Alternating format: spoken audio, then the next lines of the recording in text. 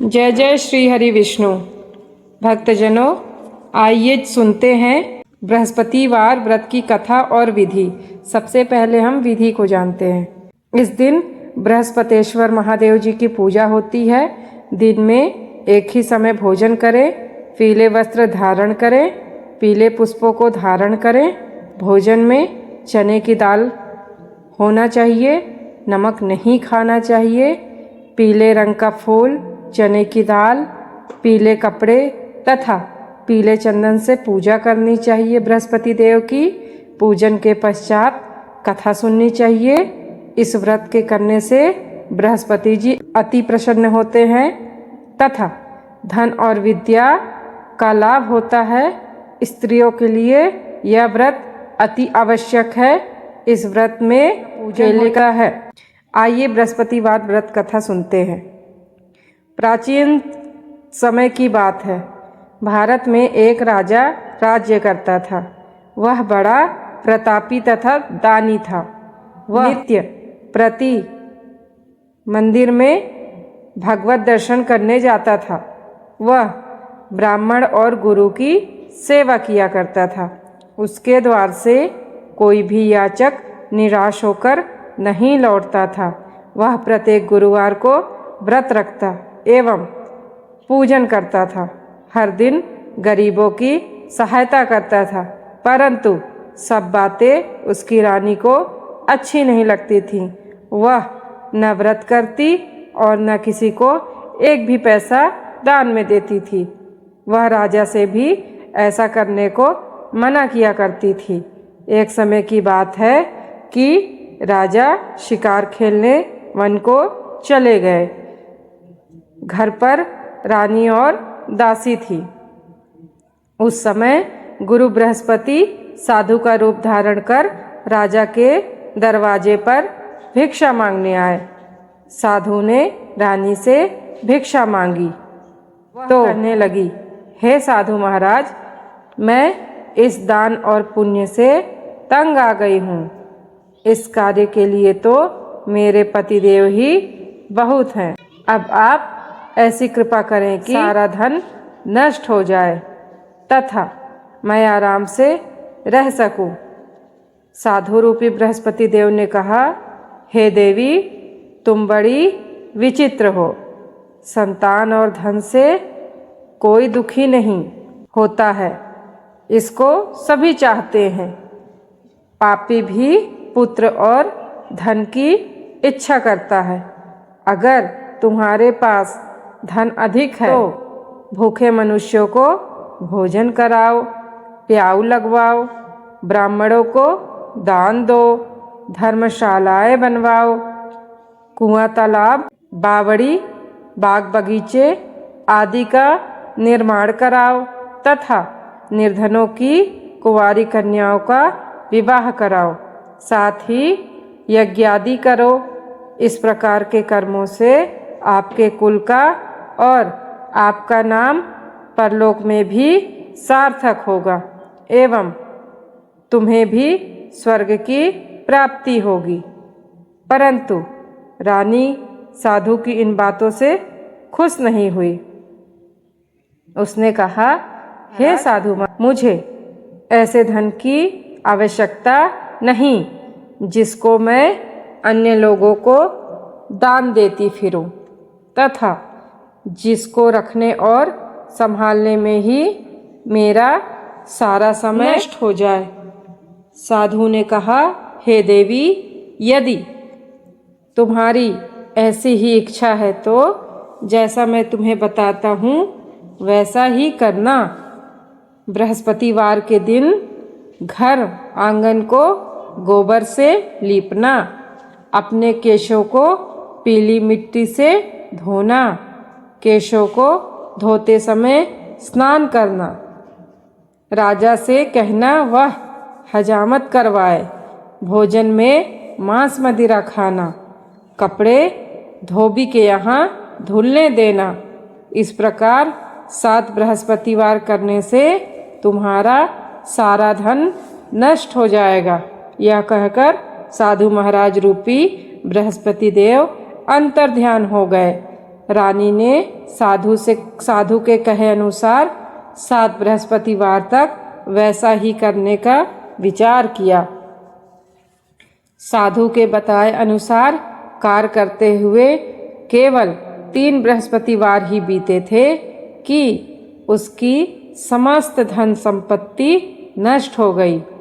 भोजन के लिए दोनों समय परिवार तरसने लगा तथा सांसारिक भोगों से दुखी रहने लगा। तब राजा रानी से कहने लगा कि हे रानी, तुम यहाँ पर रहो, मैं दूसरे देश को जाता हूँ, क्योंकि यहाँ पर मुझे सभी मनुष्य जानते हैं, इसलिए मैं यहाँ पर कोई काम नहीं कर सकता।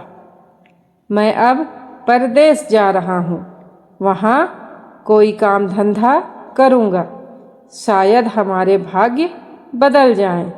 ऐसा कहकर राजा परदेश चला गया। वह वहाँ जंगल से लकड़ी काटकर लाता और शहर में बेचता। इस तरह जीवन व्यतीत करने लगा। इधर राजा के बिना रानी और दासियां दुखी रहने लगी। किसी दिन भोजन मिलता और किसी दिन जल पीकर ही रह जाती। एक समय रानी और दासियों को 7 दिन बिना भोजन के व्यतीत करने पड़े। तो रानी ने अपनी दासी से कहा, हे दासी, यहाँ पास ही के नगर में मेरी बहन रहती है, वह बड़ी धनवान है, तो उसके पास जा, वहाँ से 5 सेर बेझर मांगकर ले आ, जिससे कुछ समय के लिए गुजारा हो जाएगा। दासी रानी के बहन के पास गई। रानी की बहन उस समय पूजा कर रही। बृहस्पतिवार का दिन था। दासी ने रानी की बहन से कहा, हे रानी, मुझे आपकी बहन ने भेजा है, मुझे 5 सेर बेझर दे दो। दासी ने यह बात अनेक बार कही, पर रानी की बहन ने कोई उत्तर नहीं दिया, क्योंकि वह उस समय बृहस्पतिवार की कथा सुन रही थी। जब दासी को रानी की बहन से कोई उत्तर नहीं मिला तो वह दुखी हुई, उसे क्रोध भी आया। वह लौटकर रानी से बोली, हे रानी, आपकी बहन बहुत ही घमंडी है, वह छोटे लोगों से भी बात नहीं करती। मैंने उससे कहा तो उसने कोई उत्तर नहीं दिया, मैं वापस चली आई। रानी बोली, हे दासी, इसमें उसका कोई दोष नहीं है। जब बुरे दिन आते हैं तब कोई सहारा नहीं देता। अच्छे बुरे का पता विपत्ति में ही लगता है। जो ईश्वर की इच्छा होगी वही होगा। यह सब हमारे भाग्य का दोष है। उधर रानी की बहन ने सोचा कि मेरी बहन की दासी, परंतु मैं उससे नहीं बोली, इससे वह दुखी हुई होगी। अतः कथा सुन और विष्णु भगवान का पूजन समाप्त कर वह अपने बहन के घर आई। कहने लगी, हे बहन, मैं बृहस्पतिवार का व्रत कर रही थी, तुम्हारी दासी हमारे घर गई थी, परंतु जब तक कथा होती है तब तक हम लोग न उठते हैं और न ही बोलते हैं, इसलिए मैं नहीं बोली। कहो दासी क्यों गई थी? रानी बोली, बहन, हमारे घर अनाज नहीं था, वैसे तुमसे कोई बात छिपी नहीं है, इस कारण मैंने दासी को तुम्हारे पास 5 सेर बेझर लेने के लिए भेजा था। रानी की बहन बोली, बहन देखो, बृहस्पति भगवान सबकी मनोकामना पूर्ण करते हैं। देखो, शायद तुम्हारे घर में ही अनाज रखा हो। यह सुनकर दासी घर के अंदर गई तो वहाँ उसे एक घड़ा बेझर का भरा मिल गया। उसे बड़ी हैरानी हुई, क्योंकि उसने एक एक बर्तन देख लिया था। उसने बाहर आकर रानी को बताया। दासी अपनी रानी से कहने लगी, हे रानी, देखो, वैसे हमको जब अन्न नहीं मिलता तो हम रोज ही व्रत करते हैं। अगर से इस व्रत की विधि और कथा पूछ ली जाए तो हम भी कर लिया करेंगे। दासी के कहने पर रानी ने अपने बहन से बृहस्पतिवार के बारे में पूछा। उसकी बहन ने बताया, हे रानी बहन, बृहस्पतिवार को सूर्योदय के पूर्व उठकर स्नान करके बृहस्पतिवार का व्रत करना चाहिए, लेकिन उस दिन सिर नहीं धोना चाहिए। बृहस्पतिवार के व्रत में चने की दाल और मुनक्का से भगवान विष्णु का केले के वृक्ष की जड़ में पूजन करें तथा दीप जलावे। उस दिन एक ही समय भोजन करें। भोजन पीले खाद्य पदार्थों का ही करें तथा कथा सुने। इस प्रकार करने से गुरु भगवान प्रसन्न होते हैं, अन्न, पुत्र, धन देते हैं। इस तरह व्रत और पूजन की विधि बताकर रानी की बहन अपने घर लौट गई। रानी और दासी दोनों ने निश्चय की वे बृहस्पति देव भगवान का पूजन जरूर करेंगी। बाद जब बृहस्पतिवार आया तो उन्होंने व्रत रखा। घुड़साल में जाकर चना और बिन लाई तथा उसकी दाल से केले की जड़ में विष्णु भगवान का पूजन किया। अब भोजन कहाँ से आए? दोनों बड़ी दुखी हुई, परंतु उन्होंने व्रत इस कारण बृहस्पति देव भगवान प्रसन्न थे।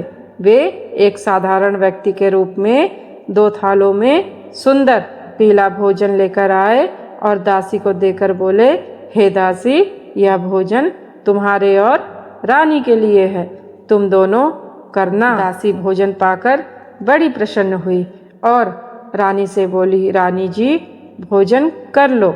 रानी को भोजन आने के बारे में कुछ पता नहीं था, इसलिए वह दासी से बोली, जा तू ही भोजन, क्योंकि तू हमारी व्यर्थ में हंसी उड़ाती है। दासी बोली, एक व्यक्ति अभी भोजन दे गया है। रानी कहने लगी, वह भोजन तेरे लिए ही दे गया है, तू ही भोजन कर। दासी ने कहा, वह व्यक्ति हम दोनों के लिए 2 थालों में भोजन दे गया है, इसलिए मैं और आप दोनों ही साथ साथ भोजन करेंगी। फिर दोनों ने गुरु भगवान को नमस्कार कर भोजन प्रारंभ किया।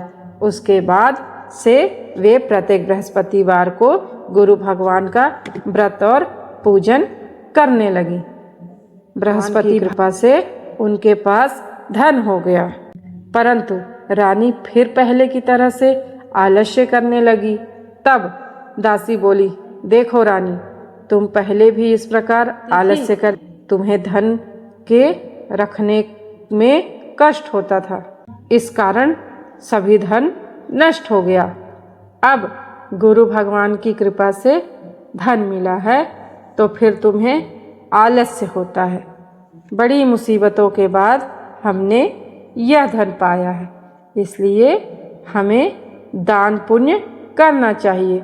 तुम भूखे मनुष्यों को भोजन कराओ, प्याऊ लगवाओ, ब्राह्मणों को दान दो, कुआं, तालाब, बावड़ी आदि का निर्माण करवाओ, मंदिर पाठशाला बनाकर दान दो, कुंवारी कन्याओं का विवाह करवाओ, धन को शुभ कार्यों में खर्च करो, जिससे तुम्हारे कुल का यश बढ़े तथा स्वर्ग प्राप्त हो और पितृ प्रसन्न हो।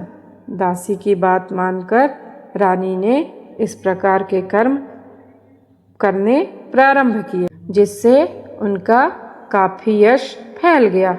एक दिन रानी और दासी आपस में विचार करने लगी कि न जाने राजा किस दशा में होंगे, उनकी कोई खोज खबर नहीं है। गुरु भगवान से उन्होंने प्रार्थना की। भगवान ने रात्रि में राजा को स्वप्न में कहा, हे राजा उठ, तेरी रानी तुझको याद करती है, अब अपने देश को लौट जा। राजा प्रातःकाल उठकर से लकड़ियां काटकर लाने के लिए जंगल की ओर चल पड़ा। जंगल से गुजरते हुए वह सोचने लगा, रानी की गलती से कितने दुख भोगने पड़े। राजपाट छोड़कर उसे जंगल में आकर रहना पड़ा। जंगल से लकड़ियां काटकर उन्हें बेचकर गुजारा करना पड़ा। उसी समय उस जंगल में बृहस्पति देव एक साधु का रूप धारण कर आए और राजा के पास आकर बोले, हे लकड़हारे, तुम इस सुनसान जंगल में किस चिंता में बैठे हो, मुझे बतलाओ। यह सुनकर राजा के नेत्रों में जल भर आया और साधु की वंदना कर बोला, हे प्रभु, आप सब कुछ जानने वाले हैं। इतना कहकर राजा ने साधु को अपनी संपूर्ण कहानी सुना दी। महात्मा तो स्वभाव से ही दयालु होते हैं। वे राजा से बोले, हे राजा, तुम्हारी पत्नी ने बृहस्पति देव के प्रति अपराध किया था, जिसके कारण तुम्हारी यह दशा हुई। अब तुम किसी प्रकार की चिंता मत करो, भगवान तुम्हें पहले से अधिक धन देंगे। देखो, तुम्हारी पत्नी ने बृहस्पतिवार का व्रत करना प्रारंभ कर दिया है।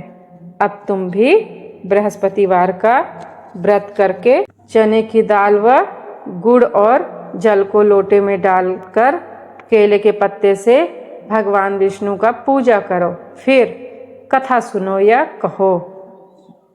भगवान तुम्हारी सब मनोकामना को पूर्ण करेंगे। साधु को प्रसन्न देखकर राजा बोला, हे प्रभु, मुझे लकड़ी बेचकर इतना पैसा भी नहीं बचता जिससे भोजन करने के उपरांत कुछ बचा सकूं। मैंने रात्रि में अपनी रानी को व्याकुल देखा है। मेरे पास कोई साधन नहीं जिससे समाचार जान सकूं। फिर मैं बृहस्पतिवार की कौन सी कहानी कहूँ या सुनूं, मुझको कुछ भी मालूम नहीं है। साधु ने कहा, हे राजा, तुम किसी बात की चिंता मत करो। बृहस्पतिवार के दिन तुम रोजाना की तरह लकड़ियाँ लेकर शहर में जाओ। तुम्हें रोज से 2 गुना धन प्राप्त होगा, जिससे तुम भली भांति भोजन लोगे तथा बृहस्पति देव की पूजा का सामान भी आ जाएगा। आगे सुनते हैं बृहस्पति देव की कथा। प्राचीन काल में एक बहुत ही निर्धन ब्राह्मण था। उसके कोई संतान नहीं थी। वह नित्य पूजा पाठ करता, परंतु उसकी स्त्री बहुत मलिनता के साथ रहती थी। वह ना स्नान करती और ना किसी देवता का पूजन करती। प्रातः उठते ही सर्वप्रथम भोजन करती, बाद में कोई अन्य कार्य करती। ब्राह्मण देवता बहुत दुखी रहते थे। पत्नी को बहुत समझाते, किंतु उसका कोई परिणाम न निकलता। भगवान की अनुकंपा से एक समय उस ब्राह्मण की पत्नी गर्भवती हुई और 10वें महीने एक सुंदर कन्या को जन्म दिया। निर्धन ब्राह्मण कन्या के जन्म से बहुत दुखी हुआ। धीरे धीरे ब्राह्मण की कन्या बड़ी होने लगी। बचपन से ही उस कन्या को रुचि भगवान विष्णु की पूजा में थी।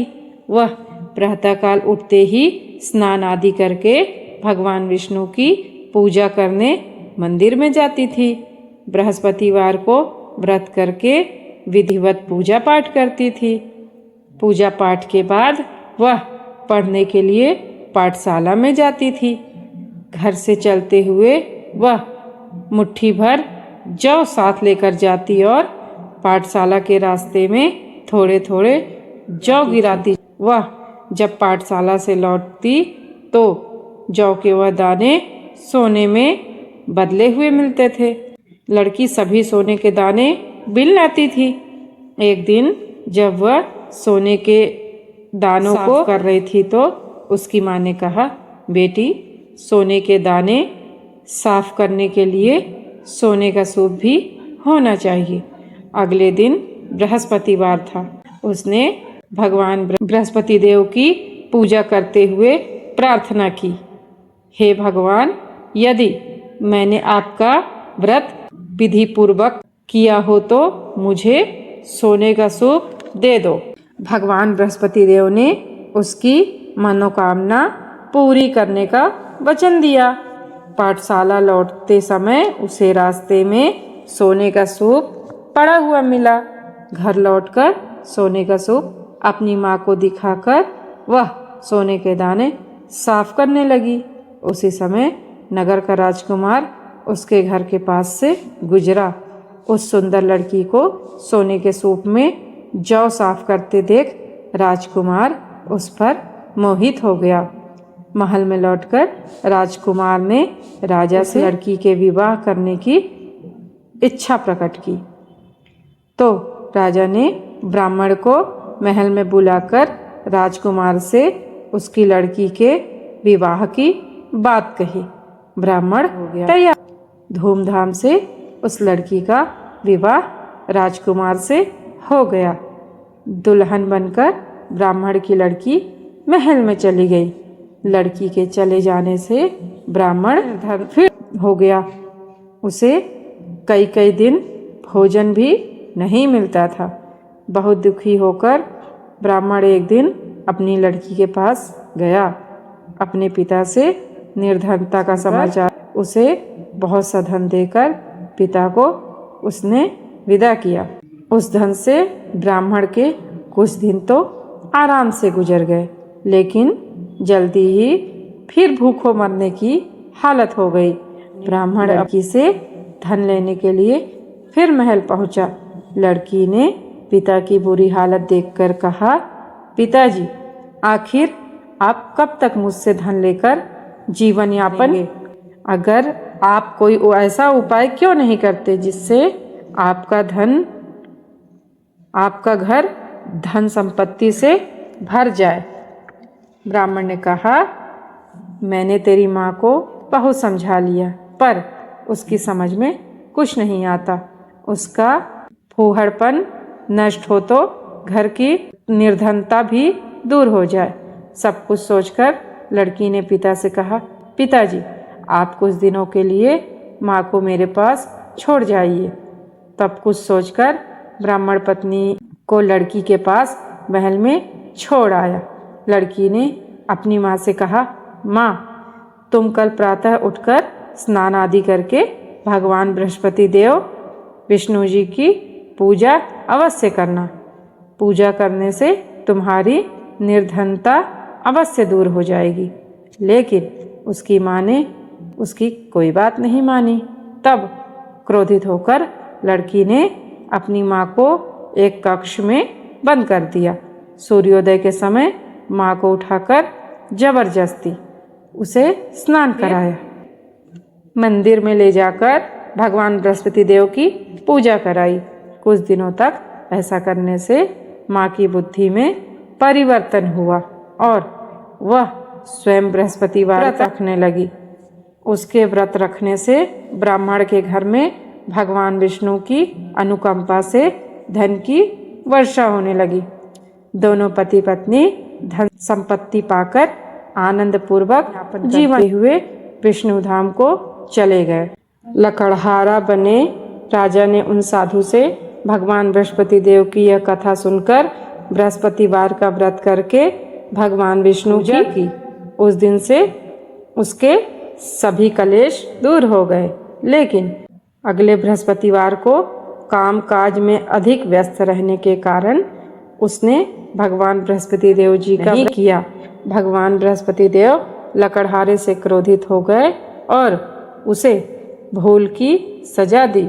उस दिन नगर के राजा ने नगर में घोषणा करके सबको सूचित किया, प्रत्येक नागरिक मेरे महल में भोजन करने आए, जो नहीं आएगा उसे अपराधी मानकर भारी दंड दिया जाएगा। लकड़हारा बनने राजा ने उस नगर के राजा की घोषणा तो सुनी, लेकिन जंगल से लकड़ी काटकर लाने और उन्हें बेचने में देर हो जाने के कारण वह समय पर महल में भोजन करने नहीं जा सका। राजा के सैनिक लकड़हारे को पकड़कर महल में ले गए। राजा ने उसे महल के एक कक्ष में बैठाकर भोजन कराया। उस कक्ष में एक खूंटी पर रानी का सोने का हार लटका हुआ था। लकड़हारा अकेला उस कक्ष में भोजन कर रहा था। तभी उसने एक आश्चर्यजनक घटना घटती देखी। देखते ही देखते वह खूंटी हार निगल गई। थोड़ी देर के बाद राजा ने हार को गायब देखा तो लकड़हारे को कारावास में डलवा दिया। लकड़हारा मन ही मन अपने भाग्य को कोसने लगा। तभी उसे जंगल में मिले साधु का स्मरण हो आया। थोड़ी देर में भगवान बृहस्पति देव सन्यासी के रूप में उसके सामने प्रकट हुए और कहा, हे लकड़हारे, तूने भगवान बृहस्पति देव की पूजा नहीं की, इसी कारण तुम्हें कष्ट हुआ है। लेकिन अब चिंता मत करो। बृहस्पतिवार के दिन कारागार के दरवाजे पर तुम्हें कुछ पैसे पड़े हुए मिलेंगे। उन पैसों से भगवान बृहस्पति देव का व्रत करके उनकी पूजा करोगे तो तुम्हारे सब दुख नष्ट हो जाएंगे। बृहस्पतिवार के दिन दरवाजे पर पड़े पैसे मिले। पैसों से चने और गुड़ मंगाकर लकड़हारे ने बृहस्पतिवार की कथा कही तो भगवान बृहस्पति देव ने प्रसन्न होकर उस नगर के राजा को स्वप्न में लकड़हारे को कारागार से मुक्त करने को कहा। सुबह राजा अपने कक्ष में आकर देखा तो खूंटी पर रानी का हार टंगा हुआ था। राजा ने लकड़हारे को मुक्त कर दिया और उसे धन और आभूषण देकर विदा किया। लकड़हारा बना राजा उस नगर से चलकर अपने नगर को पहुंचा तो उस नगर में कुएं, धर्मशाला, बाग बगीचे देखकर बहुत प्रसन्न हुआ। राजा ने पूछा, ये कुएं, धर्मशालाएं किसने बनवाई है? सबने उसे बताया कि ये सब रानी और उसकी दासी ने बनवाए हैं। राजा महल में पहुंचा तो रानी ने उसका भव्य स्वागत किया। तब राजा ने निश्चय किया कि सप्ताह में एक बार तो सभी बृहस्पति देव का व्रत तथा पूजन करते हैं, परंतु मैं प्रतिदिन व्रत किया करूँगा तथा दिन में 3 बार कथा कहा करूँगा।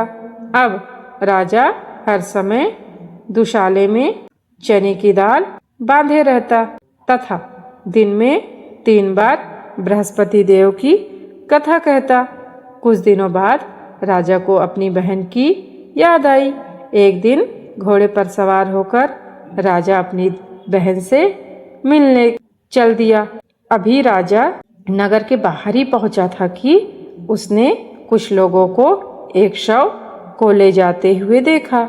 राजा को स्मरण हो आया कि आज उसने किसी को बृहस्पतिवार की व्रत कथा नहीं सुनाई है। राजा ने उन लोगों को रोककर कहा, भाइयों, आप शव को ले जाने से पहले मुझसे बृहस्पतिवार की कथा सुन लें। लोगों ने राजा पर क्रोधित होते हुए कहा, तुम पागल तो नहीं हो? लेकिन कुछ बड़े बूढ़े लोगों ने कहा, अच्छा भाई, साथ में चलते चलते तुम अपनी कथा भी सुना लो।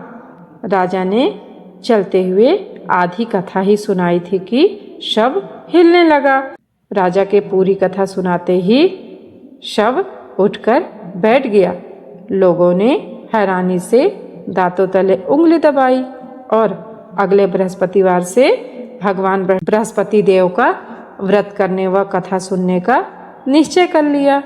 अब घोड़े पर सवार राजा चलते हुए एक किसान के पास पहुंचा। किसान अपने खेत में हल चला रहा था। राजा ने कहा, अरे भाई, मुझसे बृहस्पतिवार की कथा सुन लो। किसान झुंझलाकर बोला, अरे भाई, देख नहीं रहे, जितनी देर तक तुम्हारी कथा सुनूंगा उतनी देर तक मैं तो पूरे खेत में हल चला लूंगा। राजा निराश होकर चलने लगा। तभी किसान के बैल लड़खड़ाकर जमीन पर जा गिरे। किसान के पेट में भी जोरों का दर्द होने लगा। उस किसान की पत्नी जब खाना लेकर आई तो उसने किसान से इस बारे में पूछा। किसान ने घुड़सवार की पूरी कहानी सुनाई। किसान की पत्नी दौड़ते हुए राजा के पास पहुंचकर हाथ जोड़कर बोली, भैया, मैं तुम्हारी कथा सुनने को तैयार हूँ। राजा ने उसके साथ खेत पर पहुंचकर बृहस्पतिवार की कथा सुनाई। तभी बैल उठकर खड़े हो गए। किसान के पेट का दर्द भी तुरंत ठीक हो गया। राजा अपनी बहन के घर पहुंचा तो उसकी बहुत आवभगत हुई। अगले दिन सुबह उठकर राजा ने देखा घर के सभी लोग भोजन कर रहे हैं। किसी भूखे को बृहस्पतिवार की कथा सुनाए बिना राजा भोजन नहीं करता था। उसने बहन से कहा, बहन, क्या घर में कोई ऐसा व्यक्ति है जिसने अभी तक भोजन न किया हो? उसकी बहन बोली, भैया, हमारे घर में तो क्या आपको पूरे नगर में कोई ऐसा व्यक्ति नहीं मिलेगा जिसने सुबह सुबह भोजन किया हो। नहीं। तब राजा ने बहन के घर से निकलकर उस नगर में बिना भोजन किए व्यक्ति की तलाश की। एक गडरिये के घर में उसका बेटा बीमार होने के कारण रह गया था। राजा ने उसको जाकर बृहस्पतिवार की कथा सुनाई। कथा सुनते ही गडरिये का बीमार बेटा बिल्कुल ठीक हो गया। सबने राजा बहुत प्रशंसा की। एक दिन राजा ने अपनी बहन से कहा, बहन, अब हम अपने घर जाना चाहते हैं, तुम भी हमारे साथ चलो, कुछ दिन कर लौट आना। राजा की बहन ने अपनी सास से पूछा तो सास ने ताने देते हुए कहा, बहू, मैके जाना हो तो अकेले जाना, मेरे पोतों को नहीं ले जा। तुम्हारी भाई के कोई संतान नहीं है। कहीं तुम्हारी भाभी मेरे पोतों पर कोई जादू टोना ना कर दे। दूसरे कक्ष में बहन की सास की बातें सुनकर दुखी मन से अकेला ही अपने नगर को लौट गया। रानी ने राजा से कहा, आप तो अपनी बहन को साथ लाने की बात कहकर गए थे, फिर बहन को साथ क्यों नहीं लाए? तब राजा ने दुखी होते हुए कहा, रानी, हम निसंतान हैं, इसलिए कोई हमारे घर आना पसंद नहीं करता। रानी ने राजा को समझाया, हे प्राणनाथ, हमें बृहस्पति देव ने सब कुछ दिया है। अब भगवान बृहस्पति देव हमें संतान भी अवश्य देंगे। बृहस्पतिवार को विधिवत व्रत करते हुए राजा रानी ने भगवान बृहस्पति देव से संतान के लिए प्रार्थना की। कुछ दिनों के बाद उन्होंने स्वप्न में दर्शन देते हुए कहा, हे राजन, तेरी मनोकामना अवश्य पूरी होगी। 1 सप्ताह बाद ही रानी गर्भवती हो गई। 10वें महीने रानी ने एक सुंदर पुत्र को जन्म दिया। राजा रानी जीवन पर्यंत बृहस्पतिवार का व्रत करते रहे। उनके घर में धन की वर्षा होती रही।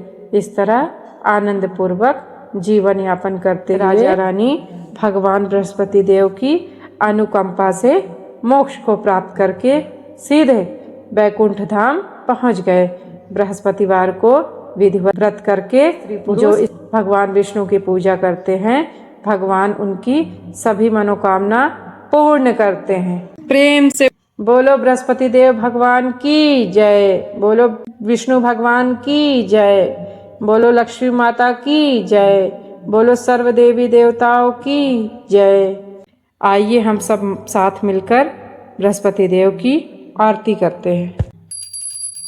ओम जय बृहस्पति देवा, ओम जय बृहस्पति देवा। छीने छीने भोग लगाऊं कदली फल मेवा। ओम जय बृहस्पति देवा। तुम्हें पूर्ण परमात्मा, तुम्हें अंतर्यामी, जगत पिता जगदीश्वर, तुम्हें सबके स्वामी। ओम जय बृहस्पति देवा। चरणामृत निज निर्मल, सब पातक हरता, सकल मनोरथ दायक, कृपा करो भरता। ओम जय बृहस्पतिदेवा। तन मन धन अर्पण कर, जो जन शरण पड़े, प्रभु प्रकट तब हो कर, आकर द्वारे खड़े। ओम जय पति देवा। दीन दयाल दयानिधि, भक्तन हितकारी, पाप दोष सब हरता, भव बंधारी। ओम जय बृहस्पति देवा।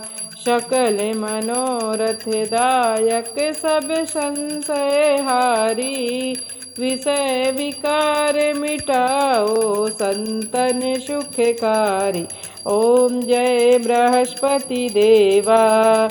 जो कोई आरती तेरी प्रेम सहित गावे, ज्येष्ठानंद आनंद, ज्येष्ठानंद आनंद सो निश्चय पावे। जय बृहस्पति देवा, ओम जय बृहस्पति देवा, ओम जय बृहस्पति देवा।